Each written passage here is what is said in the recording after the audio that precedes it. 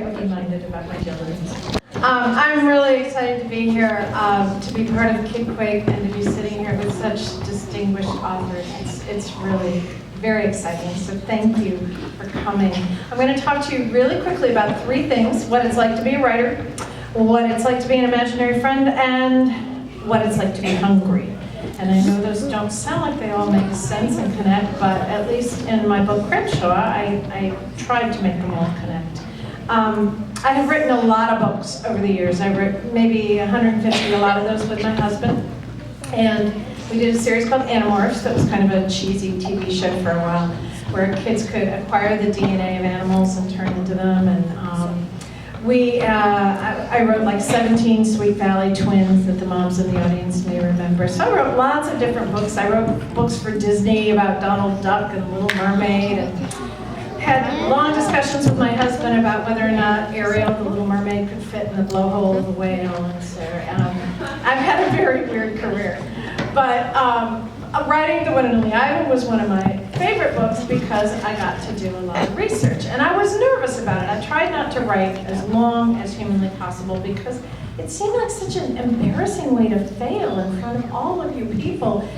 And I made a lot of mistakes doing other jobs, like I was the world's worst waitress and the world's worst plant water, and then one day I thought, okay, I'm going to be the world's worst writer. And you know what? I did make a lot of mistakes. That is my official author photo. Please look at it, and please absorb the fact oh, should we lose it? There she is. Technology, not my strong point. And it's so sad because my son just went off to college and he was my in-house tech person, so now I have to push buttons myself. That is my official author photo. And what I want you to know is that that's what writing is all about. Everybody here will tell you it's about making lots and lots and lots of mistakes. So when your teacher hands back that paper and it's full of red marks, welcome to being a professional writer. That's what it's all about. It's about rewriting. And once you realize that, it really, really is fun. I had a lot of fun working on The One and Only Ivan because I could do a lot of research and because I made a lot of mistakes. And I rewrote that book a gazillion times before I felt like it was even a little bit okay. But that's part of the fun. And in that case, I was researching gorillas and discovering things like the fact that they have over 24 vocalizations. I did not know that. I had never written first-person gorilla before, so it was all very new to me. And one of the things I discovered was they pant, hoot, they grunt, they burp, they purr. I did not know gorillas purred. And this is my personal favorite. I would like you to try it. Lovely, lovely tone. That is called a pig snort. Would you like to know what you just said? You just said, kids, cut it out. That's how a gorilla mom or a gorilla dad talks to a gorilla. Well, I didn't know that going into writing that book.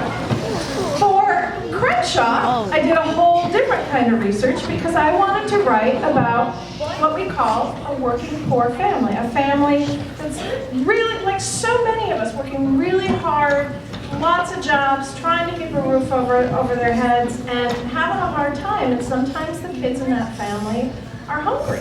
And so I did a lot of research, and it shocked me that 1 in 5 kids in the U.S. are hungry sometimes. And that can mean, you know, going to bed at night hungry or not having enough on the weekends to eat. And that means in a classroom of, say, 25 kids, maybe 5 of them will be hungry. And we don't always talk about it, but it's a problem that can be solved if we all work together. If you are one of those kids who's hungry sometimes, it's lots of people have the same problem, and you need to talk to a trusted adult and tell them, and they can help you find the resources you need. And if you're one of those kids who is looking for a way to help hungry kids, it's as easy as picking up a soup can and putting it in a donation box. And there are food pantries all over the Bay Area where you could do that. So I had that part of my research done, but I had this other thing I needed to work on, the imaginary friend part.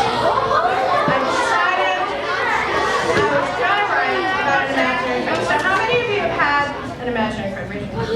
Better yet, I would love it if you still I used to. Imaginary friends have the coolest adventures. imagine. Basically, you've got in-house confidant, someone you can talk to, someone you can share secrets with, someone you can blame when things go wrong, which is kind of convenient. So I started thinking about how I would create the perfect imaginary friend, never having had one myself. I think an imaginary friend is someone you should be able to tell secrets to. So I have that. I think an imaginary friend should be silly. So I created a giant 6-foot-tall, very hairy cat, and that became the little boy in my story's imaginary friend. And this particular cat named Crenshaw likes to skateboard and hang glide and surf and eat purple jelly beans and take bubble baths. So he is definitely silly. He's also good at providing advice, which I think is very useful, an imaginary friend. And finally, and you can see why, if I were creating an imaginary friend, I would want someone who was very tech savvy. Someone who can take a selfie. Everybody's different. Maybe you want an imaginary friend who's quiet and calm. Maybe you want an imaginary friend who's a treat. An imaginary friend can be whatever you want. But in the case of the little boy in my story, not so little anymore, he's 10, he wants the facts. He is a scientific kind of guy. He wants to grow up to be a biologist. And the idea that an imaginary friend from his childhood, who happens to be a 6-foot-tall cat, has reappeared in his life is really disturbing. Jackson's the kind of kid who loves facts like if grasshoppers were the size of people, they could leap the length of a basketball court. Jackson likes facts like the fact that when a horned toad gets mad, it shoots blood from its eyes. That is the kind of fact Jackson likes. He does not like that there is a giant cat taking a bubble bath in his bathroom talking to him, and he needs to figure out why he's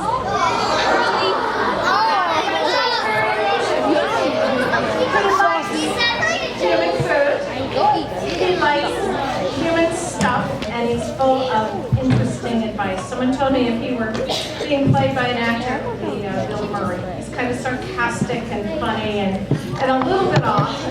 And he met Jackson when he was 5 because they shared a love for purple jelly beans. But now, Jackson's heading into 5th grade. His family is in the same kind of economic trouble they've been in before. He's hungry. He's looking at possibly having to move into his minivan again and live there for a while. He's losing friends he can't connect with because they have all these money problems. And for Jackson, the appearance of Crenshaw is the moment that changes his life because he may be tall, he may be a cat, he may be imaginary, but he provides the advice and the counsel and the friendship that Jackson needs most of all. I'm going to tell you one more thing before I leave you, and we're going to do some questions. And this is strictly for the kids, so the parents and teachers could, plug their ears. That would be great. When I was your age, I really, really, really hated to read. And I'm not supposed to say that because I'm a writer. And most writers really, really loved to read when they were young, and they had flashlights under the covers, but you know what my problem was? I didn't have the right book. For everybody out there, there is a right book. For me, it was Charlotte's Web. For you, it might be a different book. But just like Natalia was talking about, there are books out there that are just right for you, and stories out there that need to be told, and they're yours. So don't give up. If you don't like to read, believe me, one of these days you'll find the right book.